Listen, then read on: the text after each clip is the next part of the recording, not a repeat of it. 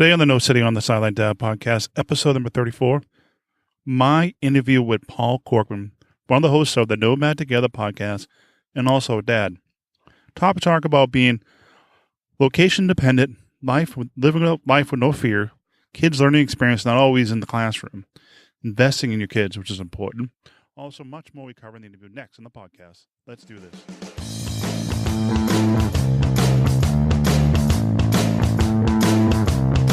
Welcome to the No Sitting on the Sideline Dad podcast, a podcast about a journey of discovery and conversations about not sitting on the sideline of life. Let's get involved. Here's host Joe Foley. Hey, welcome to the podcast. Hey, my name's Joe. I want to say thank you for being here. I know as a dad and a parent and a busy adult at times limited, so that means a lot. You're here. Thank you for listening. And this is your first time, welcome. This will be a podcast dedicated to have a sense of community. What I mean by that is I'd like to talk to you. Reach out. There'll be interview topics of being a dad and a parent, being all around an involved person. How do you benefit from listening to this podcast? Well, I hope you take away some information that it's relevant to you and about being a parent and a busy adult, and maybe something that, like digital parenting, sugar addiction, mindfulness. You get to be on a journey with me of discovery to be a better you, or me, in my case, me, and a father, and learning right along with me. We're all going through the same issues. Sometimes we need to find a sense of a community of people who are going through the same issues with us. I know as a dad, I love being a dad and a parent, and I know this stuff's not easy. And I'm not an expert. I'm just a dad on the journey of discovery, trying to find how I can contribute to the world. Today's guest, Paul Kortman from the Nomad Together podcast. We talk about being a dad, a parent, and he's parenting from a third world country. What I mean by that is the time of this recording, he was about 2 hours away from the Guatemalan border. He was in Mexico. We also talk about the benefit of living in another country. It can be actually cheaper. Another word that was interesting, unschooling, invest in your kids. That's very important. Lead by example for your kids. What I mean by that, they're watching, and they're mimicking you. I can see myself now driving and saying, somebody cut me up going, oh, crap. And I got my son going, oh, crap. I'm going, little me, mimicking me. This is a really interesting interview. Takes a look at a life of being a location dependent and living anywhere in the world with your family. Paul opened my eyes to something new that I didn't know about. I didn't realize how big this kind of lifestyle really is. Before we jump into the interview, the audio was a little funky because of Skype. We're in the middle, but 99% of it's fine. So let's jump right into it. Today on the podcast, my guest is Paul Kortman, dad, podcaster, and co-host of the Nomads Together podcast with his wife. Welcome, Paul. Welcome to the podcast. Hey, happy to be here. Thanks, Joe. I got to ask, with time of this recording, Father's Day is right around the corner. So I was wondering, what was your cool or interesting experience as on Father's Day as the stuff like you're traveling around with your family? What was one of the most interesting moments?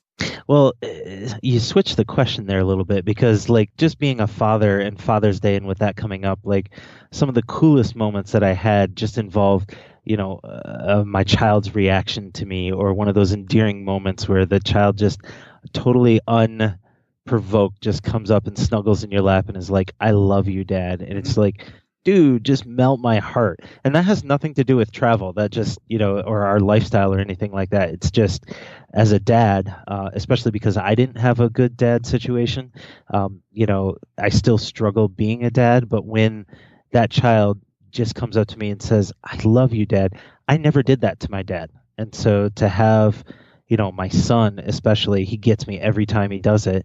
When he just does that, it's just like, oh, man, that lights up my life. And it's just an interesting question. I know I kind of switched up the question in mid-sentence, but but it was an interesting question because I think Father's Day, it's more than just getting a tie or the little card or the little plaquing you put on the wall. It's just the moments you spend time with them. I think it's important. Yeah, and that's so true. I mean, I have lots of ideas and fun things and stuff I want to do, but where we're at, we had the permission to build a tree house or a tree fort. And so, we were putting that together, and it's fun because I told the kids, okay, go get the hammer. You can pound this nail and I'll hold it in, or you can screw this screw and I'll hold the screw.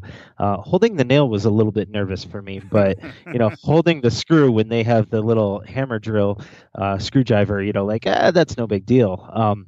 But to teach them, to work with them on that, it's the little moments like that, and so the reason why we do this lifestyle of traveling, living in, how to say it right, not third world countries, but developing nations. The reason why we do that is because the cost of living is cheaper here. For example, we live in an RV and we're renting a piece of land. We're paying $150 a month to live here with utilities included. So, just give you an idea, a family of 6 living off of $150 mortgage payment or rent payment, what? So by lowering our expenses significantly, we're able to travel a little bit more. This weekend we're going to go see a ruined site and go to some waterfalls, but it's just a weekend activity. I still work Monday through Friday, and but it does allow me to work less and to be less stressed about money. I still am. It's part of my role, or a role I've taken on. But I don't have to make 10 grand a month. I can make 3 and we can get by. And then that affords me more time to build a tree fort with the kids, or to go for a walk, or, every Tuesday is Daddy Day Out. And so we're recording this on a Wednesday, but yesterday was Daddy Day Out, where we all jump in the vehicle and we take off and go explore the city, the 4 kids and I. And I couldn't do that at 2:00 in the afternoon if I didn't lower my expenses. And plus, we're also in really cool cities to explore. What part of the world are you in now, if you might ask? Yeah, so we're in Chiapas. The name of the city, Chiapas, Mexico. And the name of the city that we're in is San Cristobal de las Casas. So if you're not familiar with Mexico at all, it kind of, it goes down around the Gulf of Mexico and up to the Yucatan Peninsula. When it goes down, way at the bottom corner, it meets Guatemala, and we're 2 hours drive away from Guatemala. So we're way down in the south, but we're 7,000 feet up in the 7,000? Yeah, we're 7,000 feet up in the mountains. And it rains here every day. We have pine trees and palm trees surrounding us, so it's kind of a fun mix. I live in I'm up in the Northeast in New Hampshire, and I got a lot of pine trees. I don't have no palm trees up here, but I have pine trees. We also have tarantulas, so it's kind of a fun mix. I got turkeys, so I'll keep my turkeys up here. Understood. You keep the tarantulas. Yep. Well, you mentioned before something about your experience as a dad, and you didn't have a really close relationship with your dad. I didn't know if how does that affect you as being a father? Is it like you kind of learning on the job, or you just like your experience? You don't want to have the same with your kids. Well, for sure, I don't want my kids to have the same. I mean, I was physically and emotionally abused as a child, so I was the target of my dad's anger, and so there's I have some mental disorders, but not enough to say I want my kids to go through that. My goal is definitely to be a loving father and to encourage and be good with my kids. But I struggle so much because as much as I fight against it, I was raised under an angry house situation. So if you do something wrong, my instant response is to get angry. And I know it's part of the male condition that we have, one emotion, and that's anger. And I'm trying to work against that, but it's not easy. And so, my wife is a beautiful, amazing woman who's able to help me and, bravely step in when I'm angry, and tell me to cool it and take a step back. And thanks to her help and in some other situations, I've been able to acknowledge it and cut it off sooner. But it's still I mean, it's right there, and I do my best every day to avoid going down the anger route, especially because my son that I was talking about, my oldest son, so we've got a daughter who's 11, and then three boys after that, and they're all odd right now, so 9, 7, and 5. Um, and so Josiah, my 9-year-old boy, um, he's the spitting image of me, not just he acts like me when I was his age, and so he's irritating and selfish, and I can only say that as a person who's irritating and selfish. But like he's the one who can melt my heart by saying I love you, Dad, but he's also the one who drives me up the wall because I see his debating techniques and I see his ignoring his mom or ignoring me techniques, and it just drives me so crazy because I see right through it and I know because I was there. And my wife's like, he's the one of all four of our kids, he's the one who shuts down when I get angry, and he's the one who drives me up the wall the most. So it's that weird balance of like, what in the world, how come the one who handles it the worst is the one who causes me to trip over that wire the most? But it is what it is, and we're trying to work through it. It's a balancing act sometimes. Yeah, big time. I guess one thing as a father, I guess, do you ever have any father like when your kids are first born? Do you have any thoughts of your fears of mortality, stuff like that? Because I'm listening to some father, and they mentioned that. No, strangely enough, I didn't. Like I've heard a lot of people go through that. In general, when they have kids, they buy life insurance and all this jazz. And partly, I operate under a life of no fear. I'm not afraid to try things, to do things, to live in the drug lord central that is Mexico, supposedly according to the U.S. media. And so like. Yeah, I brought kids into this world, but I can't, I just don't think about, oh, now I'm going to die or what's going to happen to my kids when I die. Like we talk about it, we have wills and plans written, but it's not something that I'm nervous about or that I think about frequently. It's just, like every day you could die no matter what you're doing, and as long as you have some sort of idea or plan or place for your kids to go when that happens, then you just move on with life. So it's not really crossed my mind or given me any sort of concern.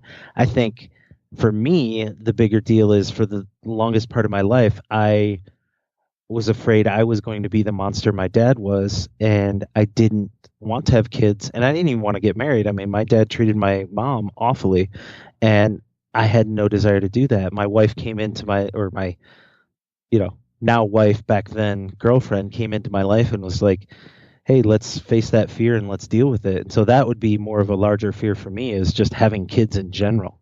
But we're 11 years into that and still chipping along. It definitely doesn't come with a handbook, though. It just, I know that it's people tell you in the beginning, you got to do this, you got to do that, and you got to do this. I'm like, I'm 4 years into it. I'm like, nothing happened what they said it was going to happen. No, it never does. It's different now that I've got 4 kids, and so each kid was different, and we adopted our youngest, and so like there's all kinds of other stuff here of like, not raising kids is totally different than every other family's experience with raising kids. There are similarities, like when they get a tooth or when they cry over, bumping their knee or something silly like that. But there's a lot that, I just had no idea. For example, my son and I butt heads the most, and my daughter and my wife butt heads the most. And I'm nervous because she's 11 going on 13, and the teenage years are yet to come. And I just predict there's going to be a lot of problems there. But what do you do? Yeah, like you said, there's no handbook. You're given what you're given, and I have some faith in God, and like, okay, God, we'll do what we can. We'll see what happens here, but you gave her to me, so if I screw her up, sorry. But one of my friends jokes about we every child has baggage from their parents. And so I'm knowing that I'm giving my child baggage. I just don't know where and in what corners. I thought the same thing when my son was born, going, what am I going to do to him in 18 years? What kind of trouble can I get into in 18 years? And and how much he's going to be mad at me for the things I did, but I did it out of love. Right. And as a parent, I try my hardest. Yeah. And the one thing I'd like to really interested, I listened to a couple of your episodes of your podcast, and it kind of made me a little bit interested. It's a nomad parent. Nomad parents what is, I'm not sure I'm saying that right. Yeah, so we refer to ourselves as location independent families because nomad, it comes with the place that you're constantly moving around and you have no home and all this. And well, there's a certain degree to that. Like, for example, we live in an RV, and so wherever the jacks are down, that's our home per se. But location independent is more along the lines of the right way. It means that I can choose where I need to live or where I want to live. So, for example, if you're locked in Boston because you have a job there and your kids are in school, and yet your family members in Minnesota and they're dying, you're location dependent in Boston, and you can't move to Minnesota for a period of time to help out with your family. Whereas those of us who are location independent, it doesn't mean that we have to move. It just means that, well, hey, this season of life, I need to be over there. And whether that season's a week or a year or 10 years, you can move around as you see fit and do that. And so for Becky and I, we sold our house 3 years ago, and we've been traveling the world since. We'd rather raise our kids in another culture than in the U.S. culture where we're from. We just believe that that's going to do so much more for our kids' worldview, education, and emotional well-being. And so, for families out there who are interested, they're, like the whole digital nomad, like, oh yeah, those crazy backpackers, and they could just live with a laptop and 3 sets of clothes and travel the world. Yeah, I wish I could do that, but I got kids and a mortgage and all this. And it's like, hey, guess what? There's 30,000 families doing this right now and in the world, and they're not all from the States. They're not all English speaking, but those are the ones that I know of. So like there's even more than that who aren't on social, who are anti-technology or whatever. And there are a slew of ways that you can do it. The two main things that hold people back is money and income. And then education for the kids.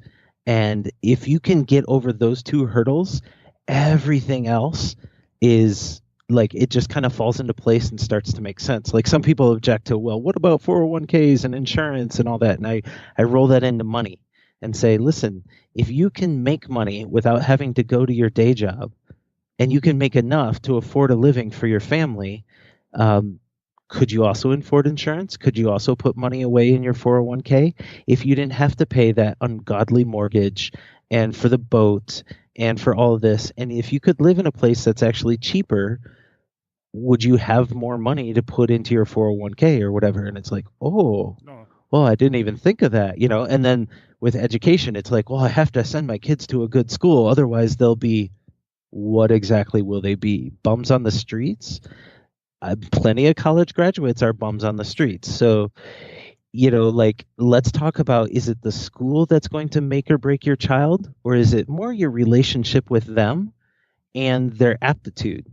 And so then if you kind of take a step back and say, well, it's going to be my relationship with them and their aptitude. And then it's like, okay, what's the best method of training for that child? And it's different for every child. I am in no means saying every child should leave school.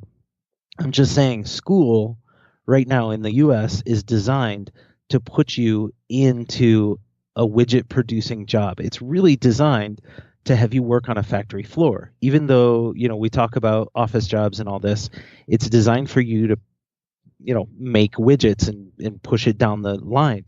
And there's a ton of us, I dare say half of the U.S. population, who isn't working in their field where they graduated. And so it's kind of like, what if you could give your child a better life, a different life that isn't forcing them to sit in school that they hate, and educate them in an alternative way so that, oh, guess what? They could become an entrepreneur, because the basic core of an entrepreneur is that they solve problems and people pay them money to solve problems. So, like let's think of Airbnb, the founders of Airbnb. Mm-hmm. They solved a problem of people want to rent houses or apartments for cheaper or whatever, and people have houses or apartments, there's inventory, and they want to list it and get renters. Well, they solved the problem and people pay them for that. So that's all an entrepreneur is. And a child just needs to understand that. And it doesn't mean that they're going to create the next Airbnb or Uber or Google.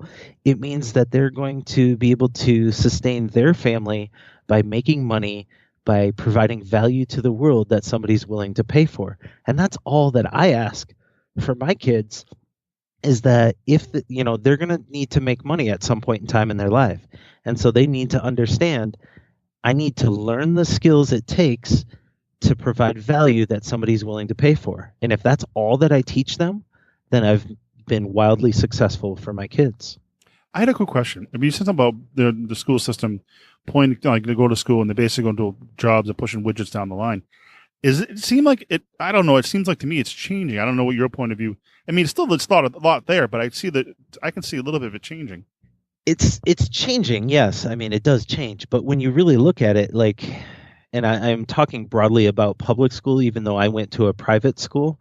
Private school still falls into the same realm of where you have to show, the school system has to show that they've graduated X number of students with X number of grades, that they've passed certain, SATs or standardized tests, so that they can get more students. Whether it's a private or a public school, their goal is to get more students.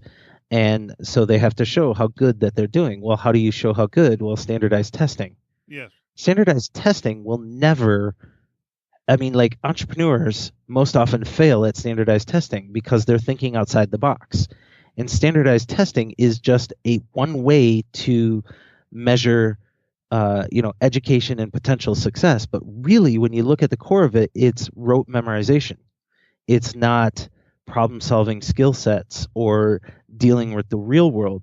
So no matter how much you try to do this in a traditional school setting, it's not going to happen. The traditional school setting where, and by the way, I've read too much about this, so I could talk forever about it, but it's brought about by the Puritans, and it's silly me, but the Christians and their philosophy and belief that you need to educate these kids so that they don't cause trouble. We still think the same thing. But if you go back before enlightenment, if you will, which is a lame term because that means that people the couple of years before enlightened were stupid, and that's not true. It just means that they worked in guilds and they had a craft, and they were able to market their craft and invest in their family, and their family learned their craft and became blacksmiths or, farriers or whatever it was that was needed. And so much in today's day and age, I have a craft. It's marketing. I help clients sell their widgets. Well, my kids are learning that by listening to my sales calls, listening to my phone calls with clients, by asking what I do. It's really hard because it's all virtual on a computer, but because I work in the space where we live, they get to see more than if I went to an office and did that. They just know Daddy goes to an office and he comes home upset every day, whereas now my kids see, and by the way, I did live that life for a long time. I worked 80 hours, 70 plus a 10-hour commute, a week. And my kids, I saw them 1 hour a day, and that just wasn't cool. And they were too young at that time to understand, but I could see, when they're in their teens, it's still, Dad just goes to this building, he sits in front of a computer, he talks with people, has meetings, comes home. Of course, he's angry because, whatever, the day didn't go well, or he's stressed or overworked or whatnot. And, how is that beneficial to my kids or my wife? And so by working from within our actual domicile, I'm able to they're able to see what I do and they're able to be a part of it. I told everybody, hey, we're getting on a podcast recording. So they all got on their iPads and they go to the bedroom because right now they can't be around me, but they understand because they listen to us on the podcast. They have been a part of some of our podcasts. And so, they understand what this is more than if we just did it without them. It's interesting because I see that with my son too. He sees me doing it, and all of a sudden he picks up my spare microphone and wants to play pretend with me, like because he's 4, he doesn't totally understand it, but he wants to do the podcast with me for the whole 3 seconds of the attention span of a 4-year-old. But it's nice to see that he's seeing what I'm doing, and I can understand where you're coming from. Naturally, kids adore adults and adore their parents. And they mimic and model that. So if we go way back to, like, say, Bushman days, and you look, there's actually been lots of studies, and there was no educational system, and it didn't mean that they were all stupid. Of course, they don't know how to read and write because nobody reads and writes in their tribe, but they knew how to hunt. And how did they know how to hunt? By mimicking their dads or mimicking their parents. And they knew how to cook and they knew how to do things. And you see them occupying their entire day playing, role modeling what their parents do. And to me, that made for a good social structure of how these kids are able to interact and learn. And I think we've gotten so far from that it's like I can hear people going, Paul, what are you talking about? Like, our kids need to be like tribal kids? And it's like, think about it in a different way. How can I teach my child without sending him away? How can I do my work while he's here? How can I inspire him because he's inspired by me until I ruin that? There's innately, our kids adore us until we crush their adoration. And I do that, and I hate that I do that, but if we can change our mindset to realize this kid adores me, and he is going to mimic me, and he is going to play around with that, and what can I do to invest in him in that and help him? My daughter has tried listing, she's 11 now, she was 10 when she started, she tried listing things on Etsy and on eBay, and she's tried different things. And as most entrepreneurs, she's failed in her first 3 attempts. And my goal is to encourage her through that because I never became an entrepreneur until after college. And so my learning, my failures as an entrepreneur happened when I was in my 20s and 30s. And if I can get her to get past those failures in her 10s and teens, then how much faster will she be to a place where she's making enough money to live and she doesn't have to, on one hand, rely on a guy, but on the other hand, she doesn't have to worry about it because she knows that even if this business collapses, she can start up another one, or she's got the skills that are desirable to work for somebody. Also, it shows that you go and don't be a fear of failure. Don't fear failure. That's the thing I'm looking for. Yeah, she's quite emotional about it, and I'm okay with that, because I get it. But she is, of all of our kids, she is the emotional one. Let's not talk gender here, but she, still as a parent, it's that same thing of when they fall off the bike and they scrape their knee. Your job as a parent is to encourage them, help them, do whatever it works best for them to get them back on that bike and going again, because then now they have the freedom of riding a bike.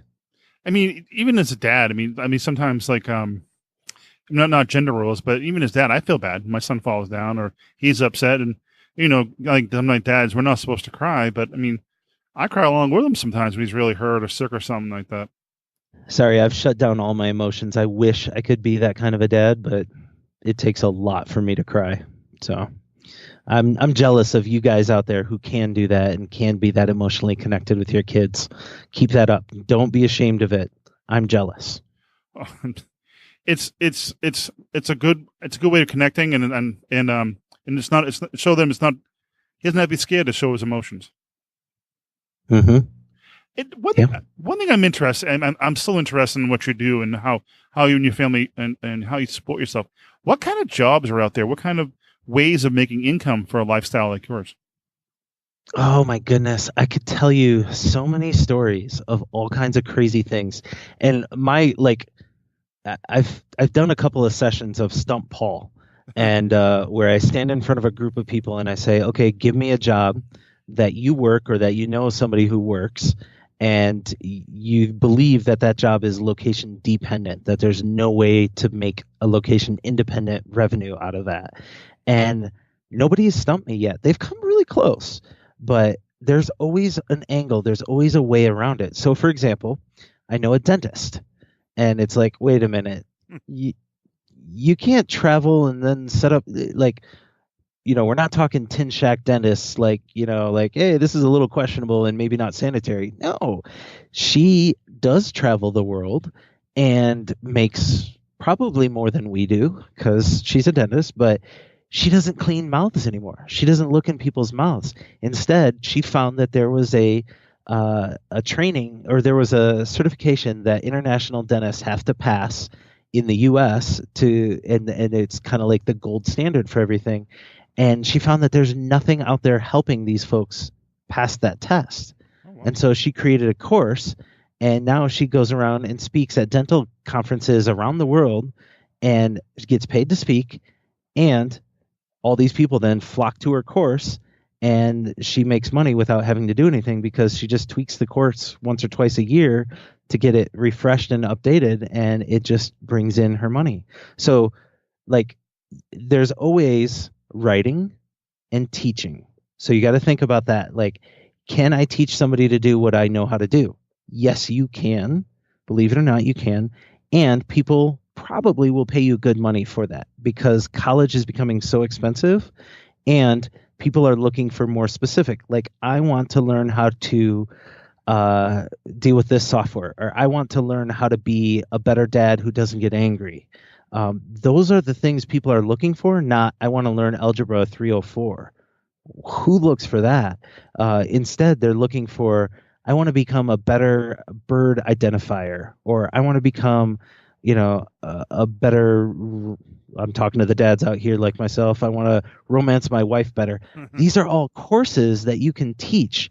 In fact, there's a guy out there who teaches the law of attraction, of just like how to close more sales, how to gain more girlfriends or find your perfect wife or whatever. And I will, come to my course 1 week out of the year.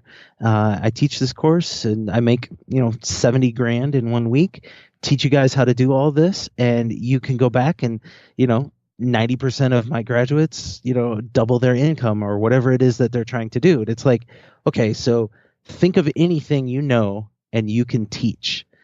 You can also write about anything, but then specifically what I do is marketing. So, I own a business. I employ 6, maybe 7 people now. I just brought on another one. And so, they run the actual work for my clients, and my responsibility is to communicate with the clients. So I'm on the email and the phone quite a bit. And then to encourage my staff and equip them. So as an entrepreneur, my job has changed over the years. I no longer do the work. Instead, I equip people to do the work. But you name an office job, it can be done remotely. And there are people willing to pay for that. So yeah, there's all kinds of coding and development and website work and all that. But, in my world, I pay a person to do outreach. So his job is to send 500 emails a day and to ask for people to do a certain thing. And well, shoot, anybody with a college graduate, any college graduate could do that. And he's living in Thailand. He's from Canada and lives in Thailand. So, I don't have to pay him as much, but also, he's got a great life and loving what he's doing. So there's like all kinds of things you don't even have to be skilled for. Virtual assistant is a great one. You just have to know how to search Google or make phone calls or, take care of things for people, do research. But then, think of other difficult jobs. There's an engineer out there who he wanted to be location independent. I think he was a mechanical engineer, which if you know anything about mechanical engineers, yeah, they sit in the office all day, but they have to be there. Like there's large files that they're working on as a team, collaboration, and the internet just isn't quite up to snuff for all of that large data collaboration. However, he found out by running a podcast, by running a coaching course, by having a couple of things, he's able to teach other aspiring mechanical engineers how to do their jobs better and how to move up in the ladder. And so he's helping some guy move from 75,000 to 85,000, and he's making 10K off of that guy anyways. And so that's what he does. Like, you can take anything and you could turn that into a location independent revenue. It just takes a little bit of creative thinking. Since we were talking about that, I have an interesting about your podcast. I'm really interested about that. How did you and your wife come to want to start something like that? Oh, well, it's part of like, and I'll give a free hint out there. I don't want to shill my own wares on this, but I'm a mastermind junkie. I'm on 3 masterminds. I'm opening new masterminds all the time. And you can go to nomadtogether.com and you can sign up for a mastermind there. But these masterminds encouraged me to start a podcast. And they're like, Paul, this is just ripe for it. And the reason was, the family travel movement was just beginning. I mean, it's still in its infancy stages. And there weren't a podcast specifically focused on practical ways. Now, why we chose podcasts was because there's a lot of podcasts and there's a ton of people subscribe to podcasts. And there is another podcast which is just inspirational, talking about family adventures. And so it was like, wait, why couldn't we take that and go with the more practical education focused? And the big deal, like when you're running a business, when you're running a community, to get more people to subscribe to you, to purchase from you, is you give away stuff for free. You give away knowledge and information for free. And so that was our big focus. So it's like, my favorite one still to this day, I know it's really nerdy, but is episode 5, where we talk about banking.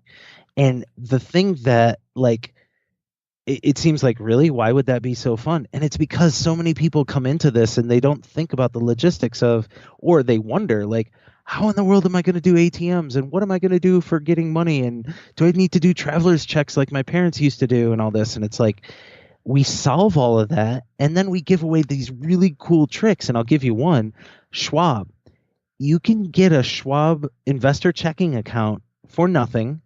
And you can use any ATM in the entire world, and they will pay you. They don't charge you to use that foreign ATM, and they will pay you back whatever that ATM charged you. Oh, wow. In fees.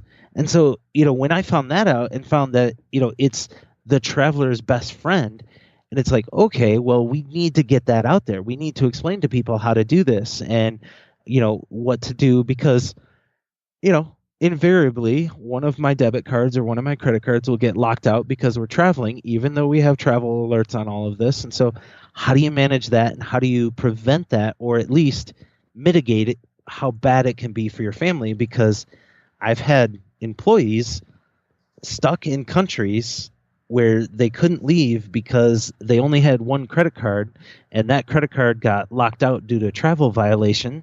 It was fraud, or it actually got scammed and lifted and was true fraud, but now they had to wait for their credit card to ship, but their credit card was shipping to their home country, and they're somewhere in Asia, and they're like, I have no money, I have no way to access money. And, fortunately, because I'm a global employer, I have ways of getting money to people in different kind of countries.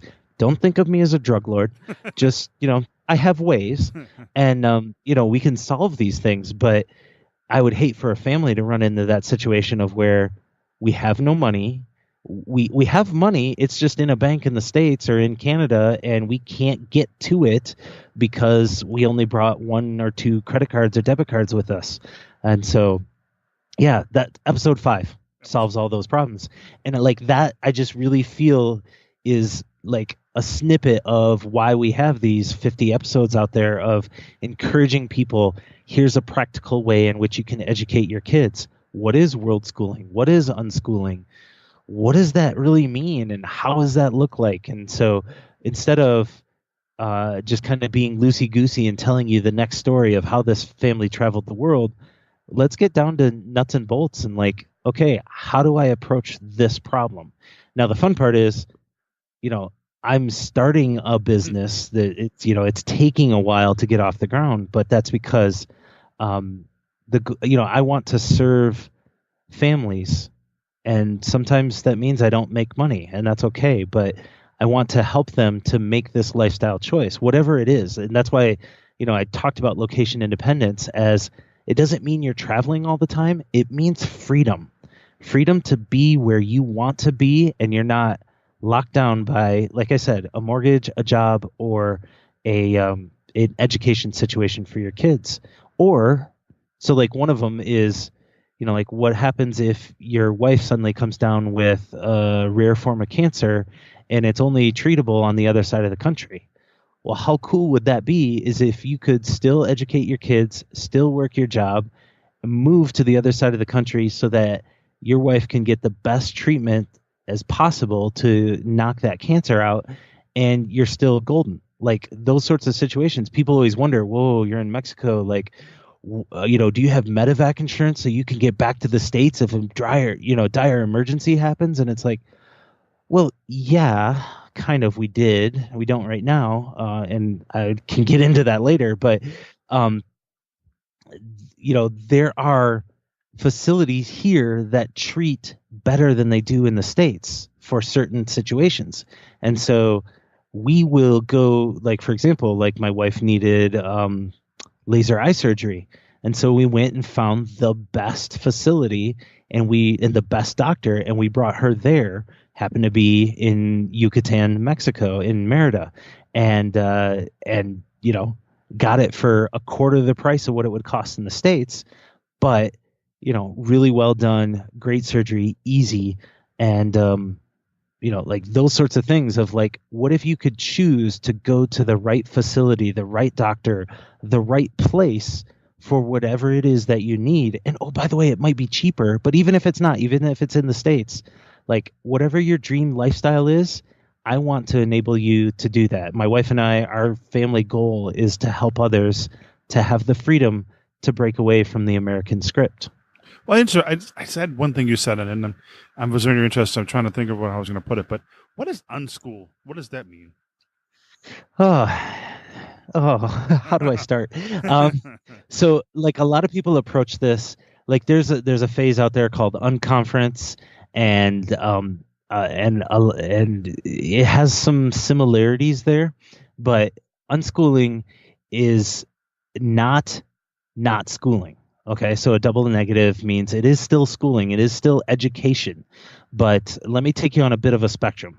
The difference between private, public school, and homeschooling is just the location and who the teacher is. Okay, so you're still doing a curriculum, you're still running through these courses and grade levels and homework and all that stuff. You're just doing it in the house. And oh, by the way, it's super efficient because I know very few homeschoolers that spend more than 4 hours a day on school. So just that's one step. The next step is you start moving into this unschooling world of where, and it's a spectrum and it's a slippery slope too. But I refer to homeschooling as a gateway drug for unschooling. Unschooling is basically take the curriculum out of it. And now how do you, as a parent, teach your kid by not like forcing them into a course? And so instead, it's more what's called learner-led, and you figure out what is that kid struggling with right now? What do they need to learn? What do they want to learn? Where are their interests? And how can I help them use their interests, which most of us in the unschooled community have found most of our kids are interested in Minecraft. Mm-hmm. And so we're finding ways to use Minecraft to help them learn. And then, whatever situations come up throughout the day to help them learn multiplication or addition or whatever else comes up. And the nice part, since we're traveling, there's a whole lot of educational opportunities around where we are. Oh, what opportunities would that be? Like visiting historical sites or Yeah, it's definitely historical sites. I mean, that's a big one. There's museums, there's all kinds of things, but sitting there waiting for a bus and then talking to the kids about how does this work and how much money does each passenger pay and how many passengers are on that and how much gas does it cost. And so they're running math in their head. You might think of them as story problems or word problems, but we're just talking it through like you would think through, hey, I'm at Home Depot and I want to build a deck and how many boards do I need? That's common math that we all do every day. And so by just walking those kids through that, or hey, you have 300 pesos and we need to get lunch today and we're standing in the market, what are we going to do? And letting them figure out how much they can purchase for 300 pesos. So it's all of this you would call life skills, but you're allowing math and language and science to come into that conversation. So it's a full-time gig. It's way more intense than homeschooling, but it's investing in these kids. My daughter right now is really wild about experiments. Mm-hmm. And so she's watching these DIY YouTube videos, mm-hmm. and then, our kitchen and our table become a mess, but she's learning. She's learning color mixes. She's learning baking. She's learning when I do this, what is that going, cause and effect relationships. And so she's running her own little science experiment labs she's making makeup. Oh, wow. I never made makeup, but she's making all natural makeup. And it's how cool is that she's learning all of this. And so it's not just, yeah, I know lipstick exists and it's bad for the environment or whatever. They test it on rabbits and it's awful. She actually understands what goes into natural makeup and why it's not as cool as these fake makeups because, it melts. You can't keep it in your backpack because it'll melt during the day or whatever. And so she understands why they have additives to lipstick so that it won't melt, and all this. And so that's how we're educating our kids, is by finding out what they're interested in and investing in that, putting our time there and encouraging them to learn through that.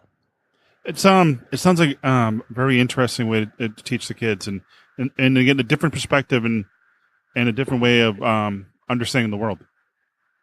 Yeah, and they do. And, we often talk about how entrepreneurship and how much money you need to survive is different here than it is elsewhere. And there's a cultural difference here in that the Mexican culture is definitely more of a I make what I need to make and I'm good. I'm not a hustler or going to work 80 hours a day or whatever. They understand a balance of life better than our Western culture in the States do. And so there's oftentimes we're having those conversations and the kids are picking up on it now and suggesting it to us. And the nice part is they're growing up around it. So yes, they're going to get my hustle. They're going to get our Western, high ethic of, work. Mm-hmm. But at the same time, they're going to be like, look, I can chill. And so they're going to have both skill sets. And so I'm really excited for them and their future. I wish that my parents had invested in me like we're investing in our kids. I guess that'd be a good segue to kind of give final thoughts, wrap it up, where they can find you, where if anything you have, any courses or anything for families you're interesting. Well, we do have an ebook for sale, Your Guide to Family Freedom. And so just like our podcast, it's way practical. And you can find everything at nomadtogether.com. So we have an ebook, we have a podcast, we have mastermind groups, we have lifestyle coaching is coming up. We have a couple other things coming. But if you go to nomadtogether.com, put your email address in there, you'll be made aware of everything we got going on. And then since you're already listening to this as a podcast on any of your favorite, podcasting apps, which are called podcatchers, just type in Nomad Together. We're on all of them. Every time I hear a new one, we get on there. So just search Nomad Together and, honestly start from the beginning because, we're 50 episodes into it. Like a Mexican culture, it's taken us 2 years to get weekly episodes, to number 50. But if you do the math, you kind of go, wait, that's not weekly. Yeah, that's just kind of how life goes. And so, my kids, my wife are more important than me getting out an episode every week. However, we start at the beginning and listen your way up. We get better, with like a good wine with age, but then also you get to hear all the stories, all the information. Another really good one is episode 18. It's called Facing the Naysayers, of where, we had people, when we said we'd leave, we had people say, great, hope you enjoy the last 6 months of your life. You'll die in Mexico, that sort of thing. And so we read those comments out on the air and respond to them right there. So a lot of people have found that encouraging when they choose a different lifestyle. So nomadtogether.com, or just search up Nomad Together Podcast. You can get to us from either way, and then hear of all the crazy cool things we have going on to support families. Any final thoughts for dads and moms out there? The biggest thing is, for me, if you've kind of read between the lines, for me and my wife, it's being purposeful about investing in our kids and ignoring what we have been taught is the right way, and choosing what is right for our kids and for us in that situation. And I would encourage any dads, any parents out there listening, make the choice not based on what you've been told is right, but what you feel and observe with your family and your kids is right. And let go of all the shoulds and oughts, and you will be a much better parent. Well, Paul, thank you very much for being on the podcast. It was a pleasure having you. I really appreciate it. Yeah, thanks for having me, and here's to being a great dad. Thank you. Well, that's all I have for this episode. I want to say thank you for joining me on the No Sitting on the Sideline Dad podcast. You can find the show notes for this episode over at nosittingonthesideline.com/34. I don't want to say thank to Paul Kortman for being a guest on the podcast. You can find more about Paul and his podcast over at nomadtogether.com. All the links to this episode will be in the show notes. And if you want, please comment on the podcast. Leave a comment in the show notes or head over to Apple Podcasts. Leave a rating and review. Link will be in the show notes. nosittingonthesideline.com/Apple Podcast. And hey, check it out. Right-hand corner, SpeedPipe, if you're on my website. And leave a message. I'd like to connect with you and reach out. Thank you for your time. Until next time, have fun, get involved with your children, get involved with life. Because damn it, life's short. And also, give your kids a hug and just listen to what they have to say. You'll be surprised. Until next time, take care. God bless. See you. Thank you for listening to the podcast. Please subscribe to the newsletter to receive updates of the show and helpful and useful tips. This has been a production of Foley 42 Media.